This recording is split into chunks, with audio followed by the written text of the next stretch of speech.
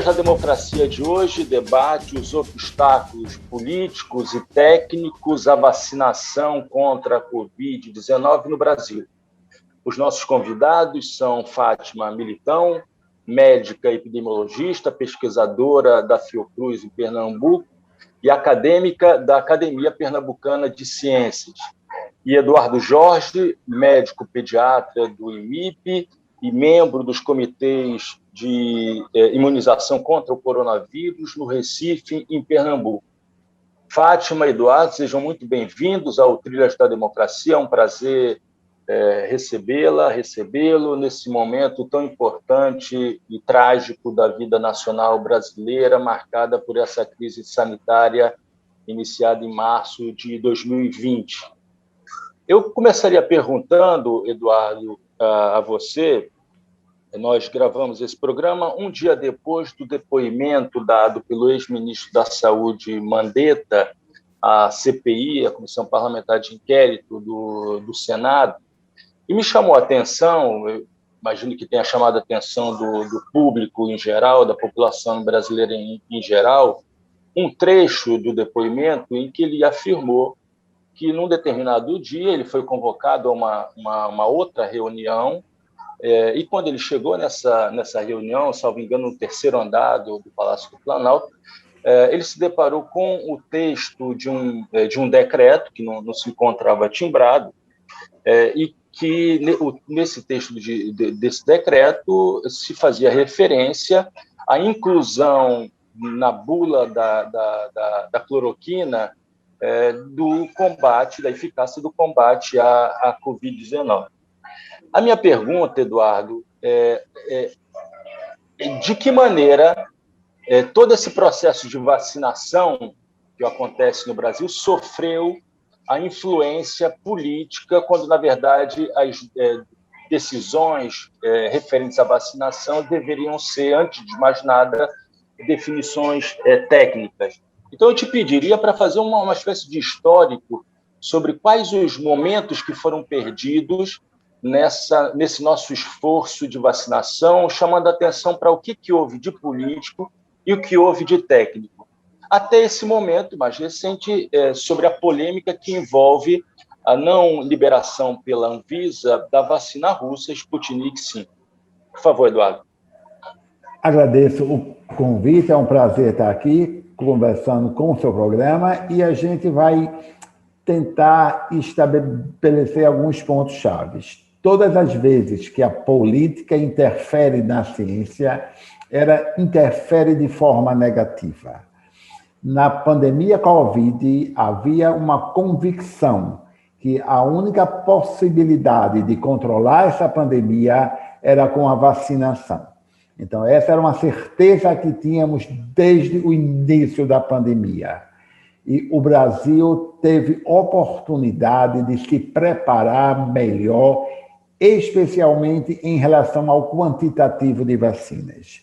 A gente sabe que temos 8 bilhões de pessoas no mundo e que a fabricação ela é finita. Os países que circulavam o vírus em grande quantidade, como era e é o Brasil, infelizmente, os laboratórios de vacina utilizaram este cenário para fazer os estudos de fase 2 e especialmente os estudos de fase 3. Isso trazia uma vantagem para o Brasil. Então, as vacinas eram pesquisadas aqui e, com isso, se poderia ter a autorização emergencial da Anvisa. Com isso, se tinha o compromisso dos laboratórios de oferecer esta vacina ao Brasil. Então, em agosto, setembro, o laboratório Pfizer, que hoje a gente comemora esse pequeno quantitativo de vacina Pfizer que chegou nesses últimos dias, em agosto, ofereceu esta compra ao Brasil e foi negado. Foi negado por uma questão de entendimento que os eventos adversos, da responsabilidade de quem era, se seria da indústria ou se seria do país, e outros entraves burocráticos, que achando que ia ter vacina para todo mundo, que o Brasil é um país continental, que eram os laboratórios que precisariam ir atrás e não a gente comprar, fazer o dever de casa, o planejamento. Esquecemos que o Brasil é um país que tem muita vivência em imunização. Nós temos um Programa Nacional de Imunização que completou este ano 48 anos, que resistiu a várias etapas políticas que esse país passou, que nós temos capacidade para vacinar 1 milhão de pessoas por dia com tranquilidade e experiência.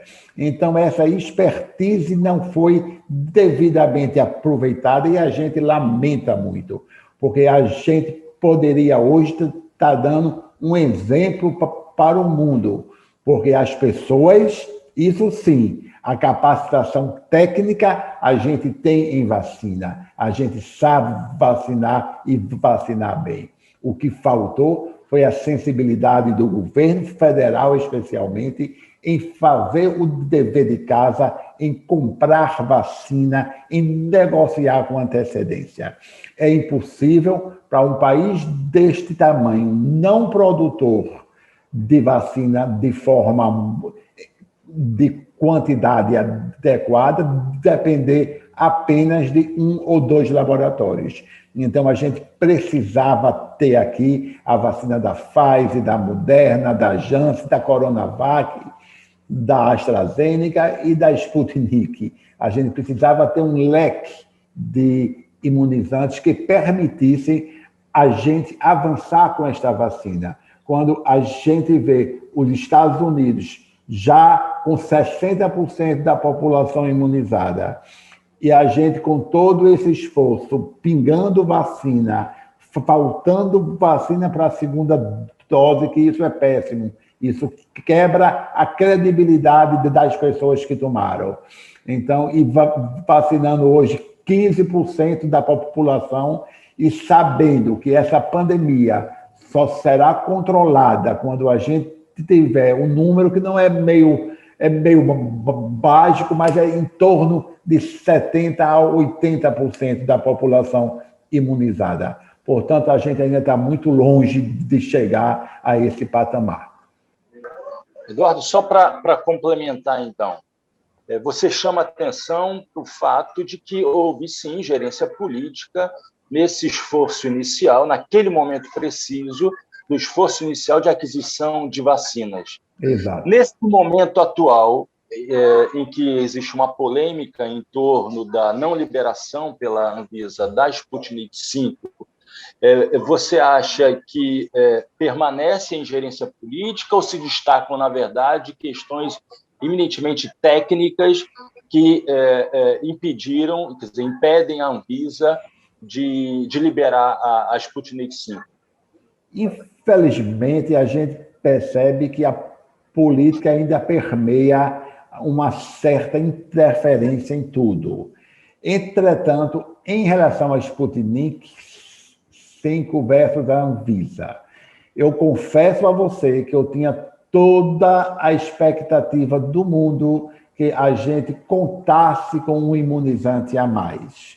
Um imunizante que é de uma plataforma semelhante à AstraZeneca, semelhante à Janssen, que demonstrou nos estudos de fase 3, nos estudos que vê eficácia, uma boa resposta, melhor até do que a vacina da AstraZeneca. E onde as tratativas dos governadores, de forma independente, tinham conseguido este contato e essa possibilidade da gente ter uma outra vacina de uma tecnologia parecida com a Janssen, parecida com a AstraZeneca, e que a gente pudesse hoje estar aqui com a vacina Sputnik. Entretanto, eu acredito na Anvisa como órgão regulatório. Ela tem os seus processos burocráticos ou menos burocráticos, mas que precisam ser seguidos. De todos os pontos levantados pela Anvisa, o que me preocupa mais como um especialista em vacina, é que o vetor, né, o adenovírus, ele precisa ser não replicante. Por definição, esta é uma vacina de vetor não replicante. E para o adenovírus 5, que é uma vantagem da vacina Gamaleya, né, ela utiliza 2 vetores separados. O vetor adenovírus 26 para fazer a primeira dose e a segunda é com o adenovírus 5. Isso, do ponto de vista imunológico, é uma ideia inteligentíssima. Isso permite uma melhor resposta, é um novo adenovírus que vai funcionar como vetor. Entretanto, a Anvisa identificou níveis maiores do que o aceitável de adenovírus replicante. Quando a gente diz que é um adenovírus não replicante, para que as pessoas entendam, o vírus está servindo de um carreador. É como está botando nas suas costas a proteína spike para ela ser expressa. Mas ele não está sendo expresso, ele não está sendo multiplicado no organismo. Ele serve apenas como carreador mesmo. Ele carrega aquela proteína que será expressa. A Anvisa observou que tem uma quantidade de adenovírus que, mesmo para não ser replicante, se replicou. Nós sabemos que o adenovírus não é um vírus que causa uma doença grave, é um vírus respiratório que causa resfriado comum. Entretanto, isso precisa ficar mais claro.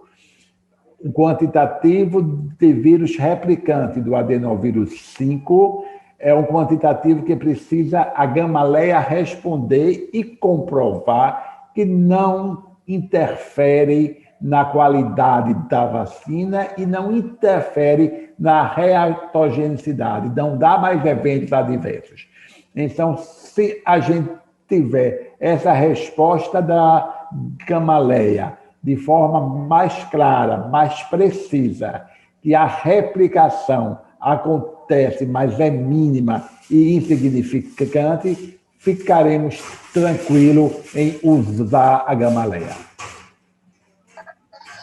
Fátima, uma outra questão que vem causando bastante polêmica, uma série muito grande de discussões, e que, na verdade, é algo que diz respeito à indústria farmacêutica, é a necessidade, ou pelo menos a luta, a reivindicação pela quebra de patentes, no caso específico que a gente está vivendo, a crise sanitária que a gente está vivendo, a quebra de patentes das vacinas, das várias vacinas que foram descobertas no último ano.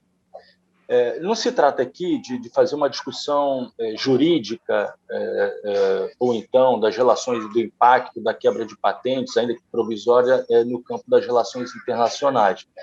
O que eu gostaria de trazer para os ouvintes, para os telespectadores, para o Filhos da Democracia, é, na verdade, a eficácia, a efetividade, melhor dizendo, a efetividade de uma quebra de patentes provisória das vacinas em questão.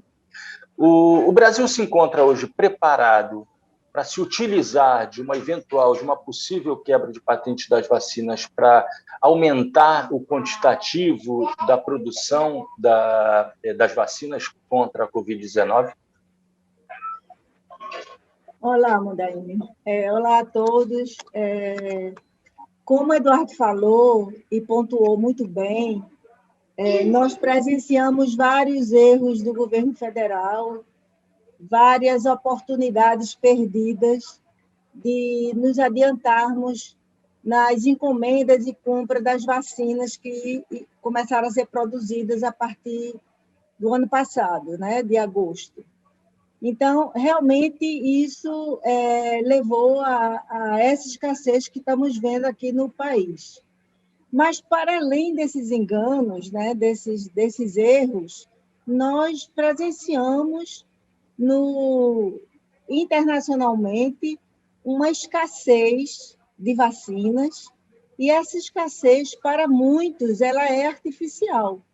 ela é secundária ao monopólio das indústrias farmacêuticas, né, que produziram com 75% de aporte de financiamento de governos, né, então, com fundos públicos, e estão agora controlando a produção, a distribuição e os preços.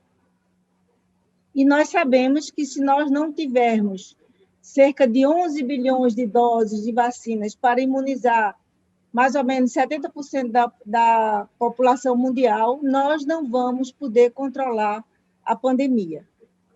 Então, essa questão do licenciamento compulsório, né, não é uma novidade, ela é prevista em lei, né, prevista em lei aqui desde o acordo TRIPS, que é um acordo internacional para a guarda das patentes das vacinas e outros produtos durante 20 anos. No seu artigo 31, está previsto que, em situações de emergência nacional e internacional, se poderia haver uma suspensão temporária dessas patentes. Só para você ter uma ideia, se a gente for calcular nesse ritmo que nós estamos, para termos 70% da população brasileira vacinada, isso vai requerer mais ou menos 14 meses, enquanto que em 3 meses os Estados Unidos já terá 70% de sua população vacinada. Então, assim, existe um desbalanço, uma desigualdade na distribuição das vacinas. Existe uma escassez geral, mas existe também uma desigualdade nesse aporte de vacinas. E aí existe um movimento mundial, liderado pela África do Sul e pela Índia, para a suspensão desse monopólio das farmacêuticas durante o período da pandemia. 100 países já aderiram a esse acordo. E vários políticos estão tentando influenciar Biden para que ele também nos Estados Unidos, adira a esse movimento.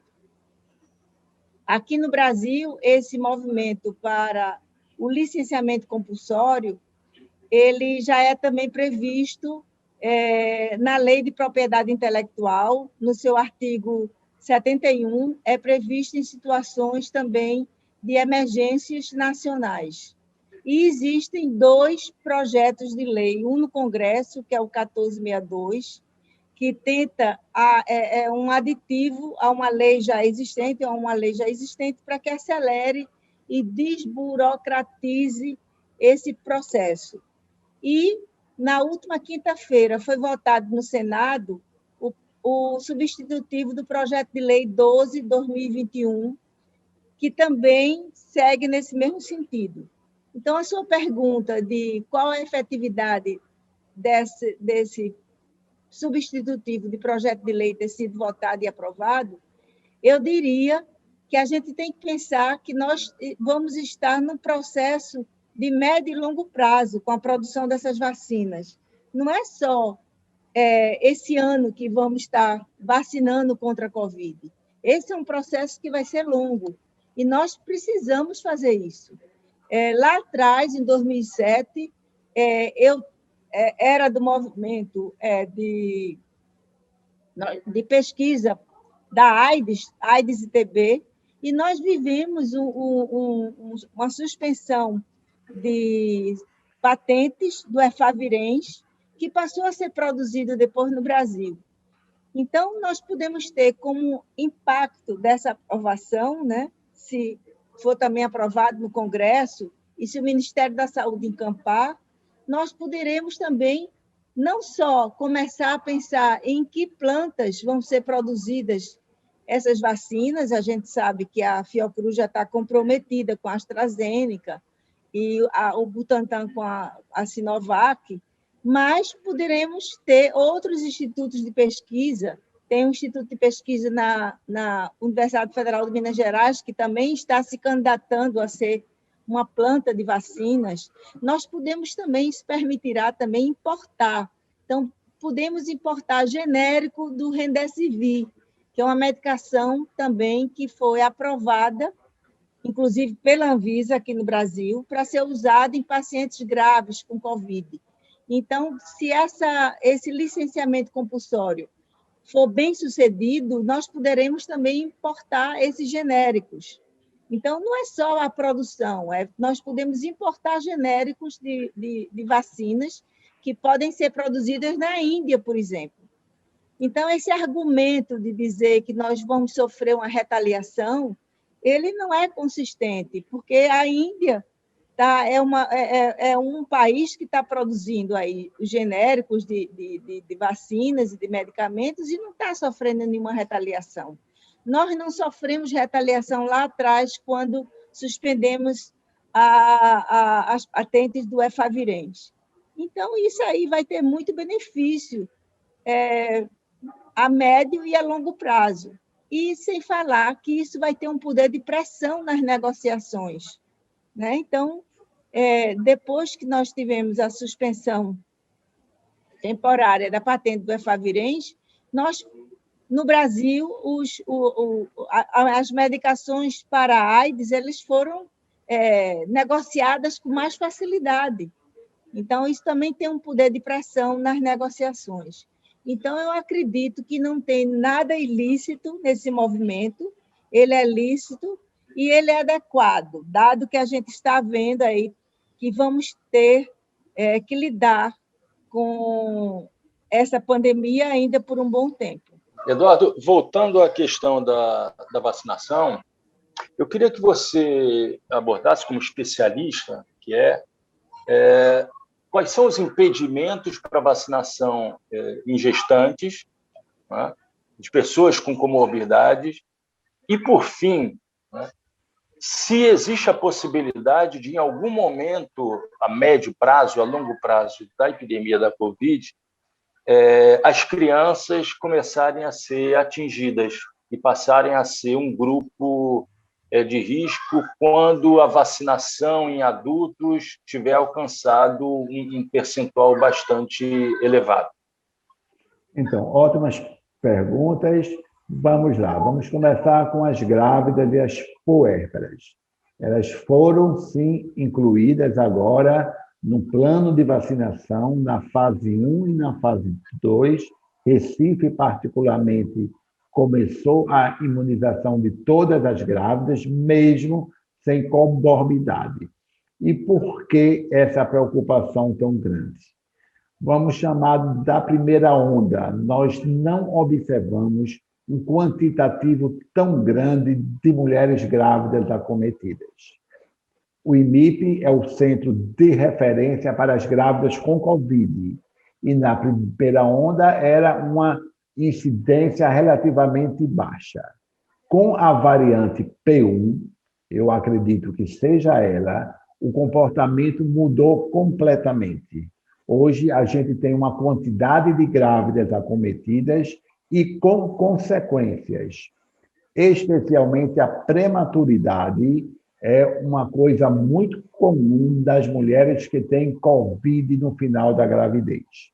Então, a inclusão da vacina das grávidas é fundamental, porque aí a gente não está protegendo uma única pessoa. Estamos a proteger duas pessoas, a mãe e o feto.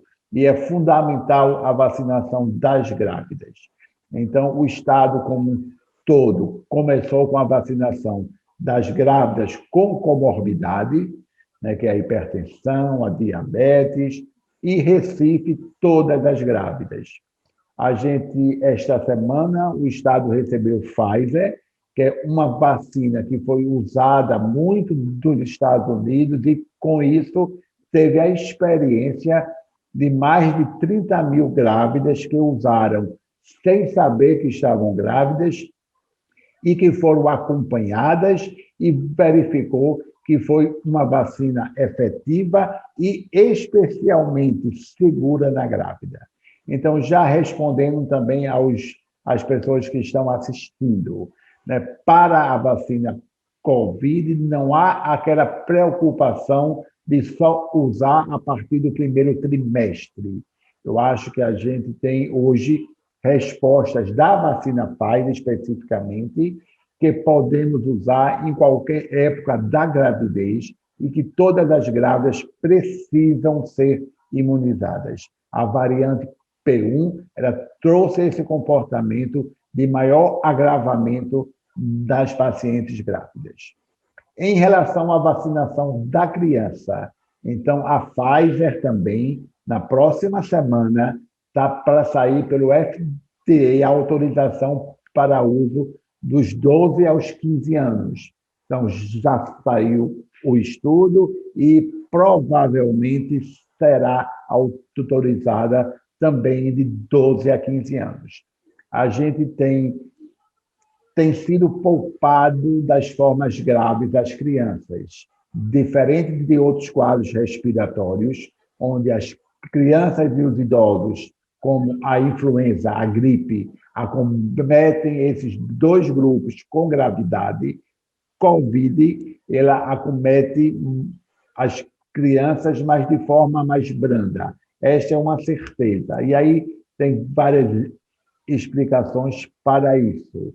Mas a gente observa um discreto aumento já de sintomatologias em crianças, diferente da primeira onda. Mais uma vez, as variantes, provavelmente a P1, tem um comportamento um pouco mais agressivo em pediatria.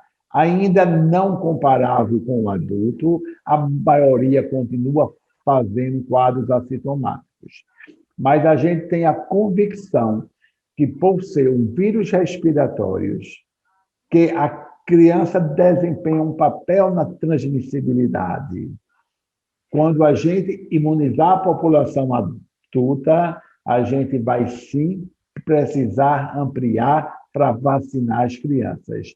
Então, todas estas vacinas, Coronavac e AstraZeneca, todas já estão em estudos de fase 3 para administração na faixa etária pediátrica e a gente acredita que após a vacinação desses adultos, após os resultados dos estudos da eficácia e segurança das vacinas em pediatria, nós não nos furtaremos, precisaremos também imunizar em breve as crianças. Fátima, o trilha está chegando ao fim, mas eu gostaria antes de que você apresentasse as conclusões já existentes na pesquisa que é feita pela Fiocruz em Pernambuco sobre os efeitos, os impactos da Covid-19 sobre os profissionais da saúde. Conclusões eu não vou apresentar, porque nós estamos analisando dados. E também gostaria de dizer que nós ampliamos esse estudo que começou em Pernambuco, hoje ele está em outras 4 capitais, Belém, Fortaleza, São Paulo e Porto Alegre. E esse estudo iniciou o ano passado, logo no início da pandemia, quando nós ficamos bastante preocupados com as notícias da Europa, que vários profissionais de saúde estavam adoecendo e morrendo. Então, a gente queria justamente alertar a população e os gestores para esse fato. Então, elaboramos o projeto foi aprovado pelo CONEP, que é o Conselho Nacional de Ética e Pesquisa, e nós tivemos um acordo, entramos em contato com a Secretaria de Saúde, com a Vigilância Epidemiológica, e nos comprometemos a enviar relatórios dessa pesquisa periodicamente, para dizer o que estava faltando. Então, nosso objetivo era verificar quais eram as situações de maior vulnerabilidade para a transmissão do SARS-CoV-2 para o profissional de saúde. Então, nós entramos em contato com a Fitec, que é uma empresa de tecnologia, de informática e inovação tecnológica, que colocou o nosso questionário no aplicativo para celular. Então, nós treinamos alguns pesquisadores de campo para fazer o recrutamento pelo celular, né, desses profissionais de saúde de 4 categorias: médicos, enfermeiros, profissionais de saúde ou técnicos de enfermagem, fisioterapeutas. E nós enviamos já 4 relatórios. nós temos uma frequência de positividade pelo PCR de infecção pelo SARS-CoV-2 em profissionais de saúde acima de 50%, né, nas 4 categorias. E nós identificamos também situações de alta vulnerabilidade, como reutilizar a máscara N95 por mais de 7 dias, dividir quarto